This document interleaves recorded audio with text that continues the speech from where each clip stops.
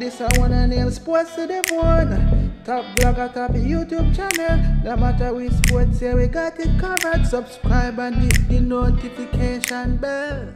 A blessed day to you, all my sports to the bone people. Welcome back to the channel. Thank you all for tuning in. Hope everybody's doing okay. Hope you're all enjoying your day so far. All right. So with the West Indies T20 team being very active over the last couple of weeks, I know that a lot of fans probably don't remember that CWI, they sent 7 junior players to India, right, to take part in a training camp, so they could take a look at their technique and help them out with some stuff. Now, that is now finished. The reports are in, and I want to take a look at what they're saying. It's a lengthy read, so just give a listening ear, my people. Be patient, and I will work my way through. I will mumble through as best as I can. All right, so all credit goes to MSN. I'm taking it from the MSN website.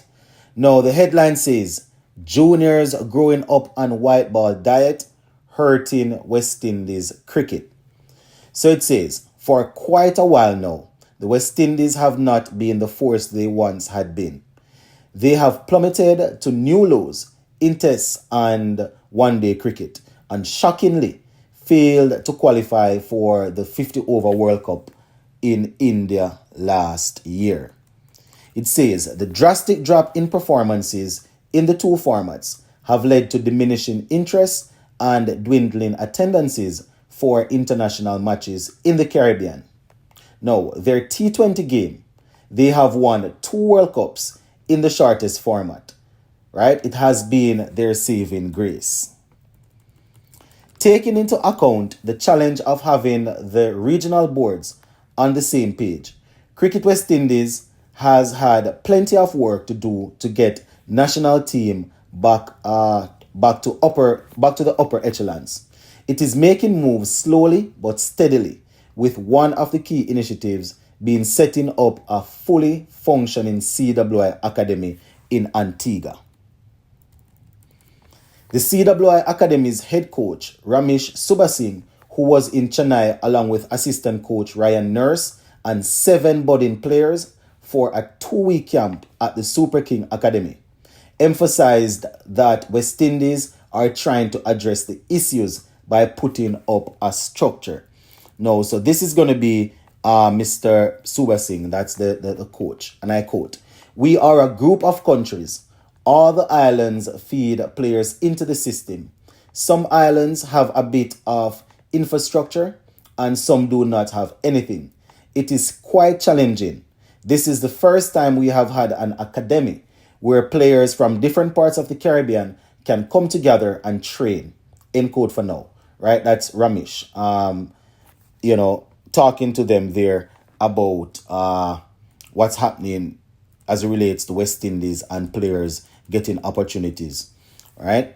So it's very interesting, my people. It's very interesting that we have had people in governance for so long saying that they're operating CWI and they're looking out for the best interests of West Indies cricket, and we are just getting this. Now, Ramesh, a former Sri Lanka first-class cricketer, he would have seen, throughout his time, he would have seen a lot of talented players probably coming through and not getting the right help, right? So he went on to say, and I quote, "We are confident that we will have 3 or 4 world-class players coming up pretty soon. We have got the young boy, Joel Andrew. He has already played for the West Indies and has a long way to go. He is showing good potential. With the right work ethic and support around him, he could be a world-class player, right? There are a few apart from him," he added. End quote for now. While Ramesh is hopeful of a turnaround in the years to come, he admitted that developing the long format players has been a tough task since many have been brought up on a white ball diet, right? Now, there are many small leagues within the Caribbean. A lot of these players also get offers as developmental players in leagues around the world.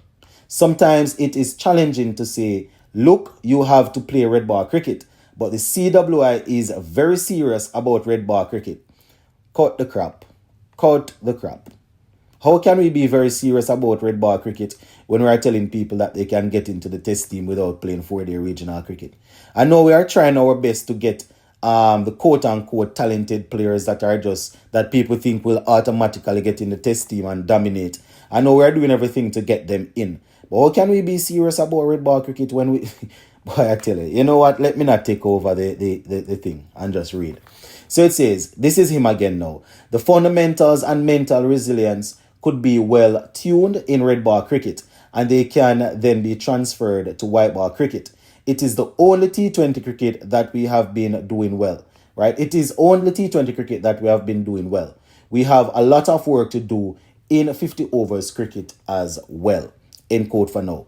And I've always said, and people that watch a lot of cricket and not just people that come around when excitement is going on, they would know that majority of the guys that you see dominating T20 cricket for a good period of time, they have good amount of red ball cricket under their belt because they would have practiced a lot of stuff.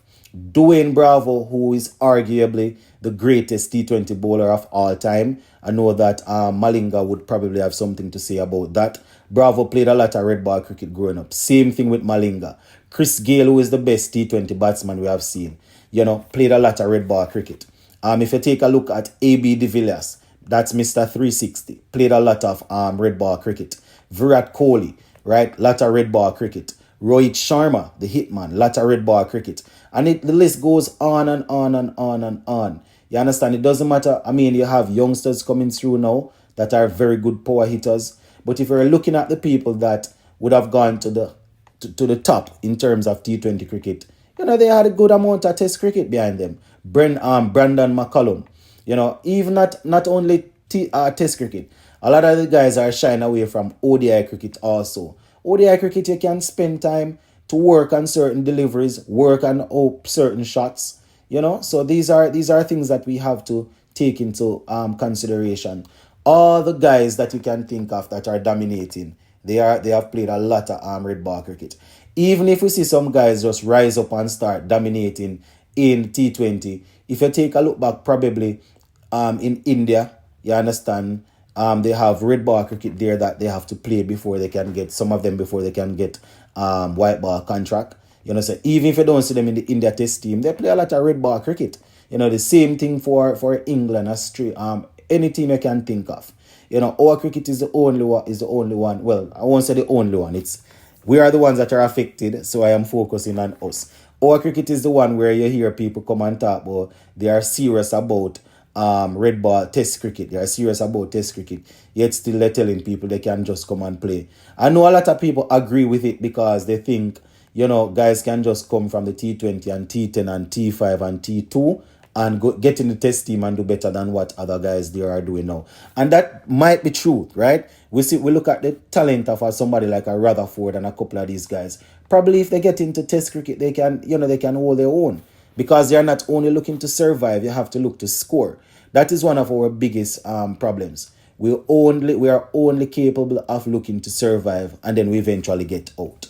You understand? So that is something that we definitely need to look at. All right, so let us continue looking at what the coach Ramesh had to say. So it says the desire to bowl fast is lacking. That is one other thing that they have. A team that once boasted a fearsome pace attack, the West Indies have been struggling to put the fast bowling pieces together for years now. When asked about it, Ramesh replied, and I quote, "Our pitches have not been conducive to fast bowling. The desire to bowl fast is lacking, so the bowlers have to do the hard work," right? To bowl fast and long, you need to be extremely fit. That is something that we are working on so that they can bowl far for sustained periods. There are some really good talent, but we need to encourage them from a young age. End quote for now. And I agree. There will always be talented players coming through. But if people don't see the importance of playing the longer format, they will not keep their bodies fit. When they have a 21, 22, 23, 24-year-old coming up and saying, they can't bowl, they find it difficult to bowl over 8 or 10 overs per day, you're not going to get anything good from that. You understand? A man come and bowl 4 overs today and then go and put up him foot them and relax. You know? T10, you bowl a couple of overs and that's it. That can't work. I remember the interview that I had with O'Shane Thomas. You know, he had indicated that when he was coming through, his plan was to play Test cricket. But once we see these pace bowlers or batsmen coming through, we're going to push them into what we think is the money grabber. All right, that is what's going to bring eye to West Indies cricket. That's what's going to probably get us looked at. So instead of making sure that give these players developmental contract, make sure they play red ball cricket, even though we don't have a lot of red ball cricket. And I understand that after they play 6 or so games of regional cricket, they are 10 or whatever, they have to look away to continue earning. I understand that, you know, but you have to make people understand that we are putting you under this contract as a youngster coming up. They are going to sign the contract because it's a income. You understand? You make sure that they play a certain amount before they can go all over the place to play white ball cricket. So that is basically what we're hearing coming out of that little 2 weeks program they had over there in India. You know, so it's very interesting, my viewers and subscribers, because they're saying, you know, the desire to bowl fast is lacking. You understand? And they talk about players not wanting to play, not wanting to run, not wanting to stay fit. You know, these guys are not disciplined enough. Back in the days, I wasn't around when Malcolm Marshall and Joel Garner and Michael Olin and Andy Roberts. I wasn't around, obviously, back then. But you know, there are stories. I read stories. I watch videos of these guys. You know, they took their fitness serious. You understand? So, and I mean, back then they probably had to do it. And we have had conversations on this platform about stuff like this before.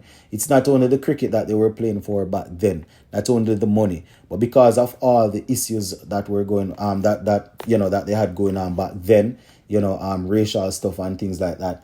You know, people had to make sure that they were together. People had to make sure that they were winning. It was all about pride. You understand? You don't want your quote-unquote daddy to come and beat you in your backyard. So you blackwash them and send them home. All them sort of things not going on again. You understand? So, and another thing is, I'm not saying that this is the biggest issue, because back then people played, you know, different series. I remember Michael Olin talking about some of them series, you know, Kerry Packer series, all of them things. Guys would leave from their country and go and play on teams with people that they would be rival with. You understand? So it's been happening for a while. But another thing that has died down out of it is the rivalry. Because people are playing so many leagues, they are always with each other, even though they are not from the same countries, you understand? So they get so familiar. So a lot of the passion and the wanting to outdo the next man has really faded away out of it. So because we have this T20 thing going on, and you know, I didn't see anybody talk. I didn't really see any report or anything coming out from CWI. I just decided to do a little research and see what happened. You know, I'm hoping I can find some stuff in terms of videos and, well, maybe not videos, but just some more information as relates to how the youngsters did over there. You understand? You know, it's beneficial. It's only 2 weeks. You know, it's only 2 weeks, but at the same time, you know, it's better than nothing. You know, it's better than nothing. So yeah, we will continue to see how all of this will work out, my viewers and subscribers. Gonna leave it right here for now. So just continue to big up with yourself, and we will touch base again soon. Bless up.